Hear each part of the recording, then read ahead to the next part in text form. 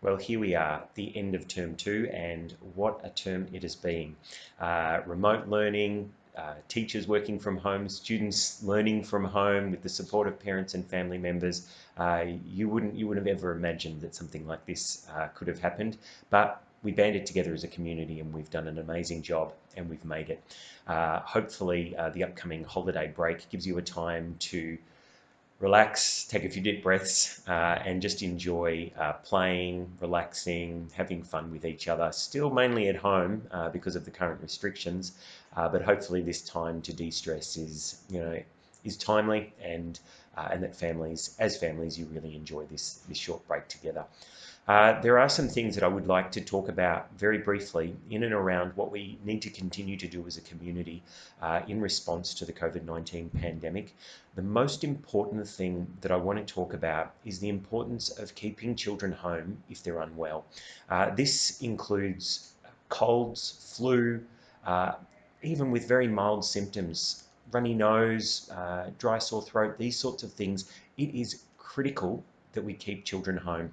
Sadly, what we've noticed over the last week or the last 2 weeks is an increasing number of our staff have been getting colds, sore throats, these sorts of things. And what we put this down to, unfortunately, is the fact that there's a lot of kids still turning up to school who aren't well and shouldn't be here. We've been sending home large numbers of kids, and we appreciate that some symptoms don't show up until kids are at school and during the day. But I understand that some families have made the decision to send them even when they've got a cold. The advice, in accordance with the Department of Education's infectious disease policy, is that children must stay away until they're symptom free. This is absolutely critical, and I can't stress this enough. Thank you in advance for doing this and supporting us with this. But if we've got teachers away from school for extended periods of time, this isn't great for anyone. This certainly isn't great for your children and their learning. So we ask again that you do your bit, keep the children home if they're not well until they're symptom free, and that will minimise, I guess, the number of colds, the number of people with illness within our school, which will hopefully keep our teachers here on site doing what they love doing. They've been frustrated to be at home with colds when they feel like they could be at work. So again, please do your bit, keep your kids home if they're not well. This will continue right into term three and into term four, and I imagine into 2021 as well.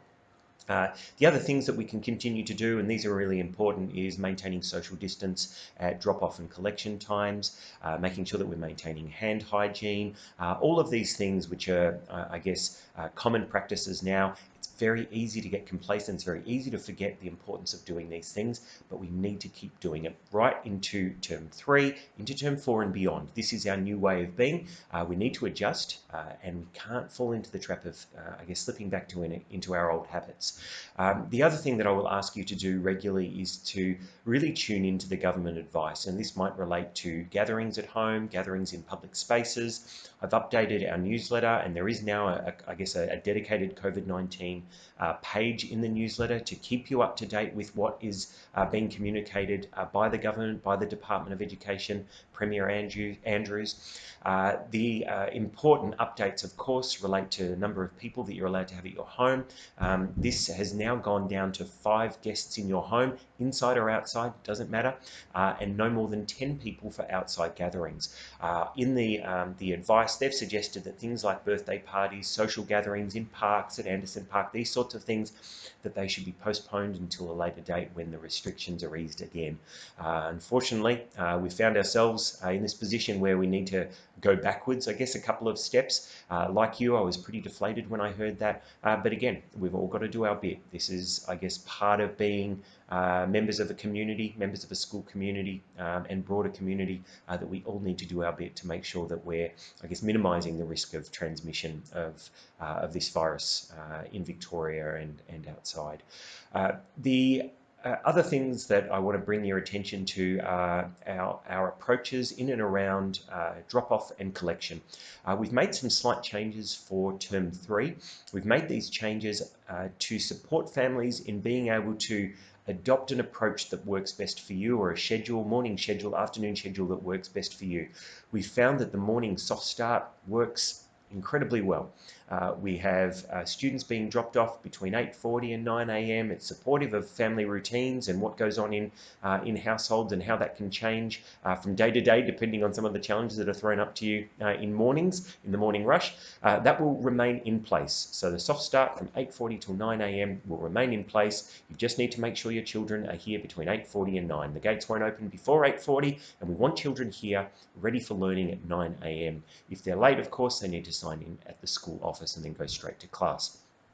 With the afternoon drop-off, we've I guess learnt a lot from the morning drop-off with the soft start, and while it will always be different, our ambition or our aspiration is that we can achieve something similar with the afternoon drop-off. We've introduced what we're calling a Flexi Collect, which is a 20-minute band in which you can collect your children from school from 3:20 to 3:40 p.m. in the afternoon. There's a couple of little pieces of this. It's not completely flexible, though we understand that families will, do what they need to do to get their children. We ask that you observe the following. If your youngest child is in years prep to 2, we ask that you get to school here as close to 3:20 to collect them between 3:20 and 3:30.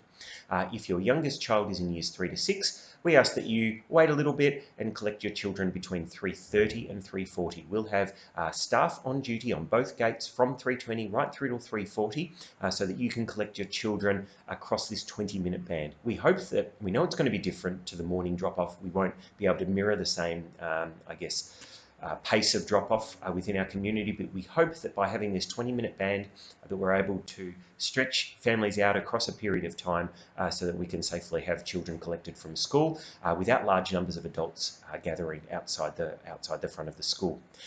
For that drop-off in particular, that collection rather in particular, I have to remind everyone to maintain their distance from each other where possible. Talk to kids about meeting you in the car, and remember, if you're standing on Taronga Road or Burgess Street, that 1.5 metres apart from each other is really important. The last thing that I'd like to wish all families and staff is that you have a really relaxing and enjoyable holiday break. I know it's been pretty stressful over the last couple of months. We've all had to make changes to the way in which we live, the way in which we socialise, the way in which we connect with family members, and I know that's been really hard. It's been really hard in my family. We've missed seeing our grandparents regularly, we've missed catching up with friends, we've missed going out to restaurants and doing all these sorts of things. Unfortunately, we're still in a position where we have to, I guess, be very measured in the choices that we make to keep everyone safe. So I understand and appreciate that. My heart goes out to you if you've been affected by this emotionally, but also financially. I remind families that we do have a family support fund that's set up, supported by Auburn South families for Auburn South families. If you need some short-term relief, that could be financial relief, could be support with school programs, activities, hopefully camps, fingers crossed, then please reach out for support, because we do have a small amount of money there to make, I guess, the financial aspect of school a little easier if we can. If you're in real strife and you do need some support, we can provide only short-term support with things like food, then you just need to reach out to me. My email address, marcus.wicker@education.vic.gov.au. It's changed slightly. I'll make sure that that's in the newsletter. Please reach out if you need support.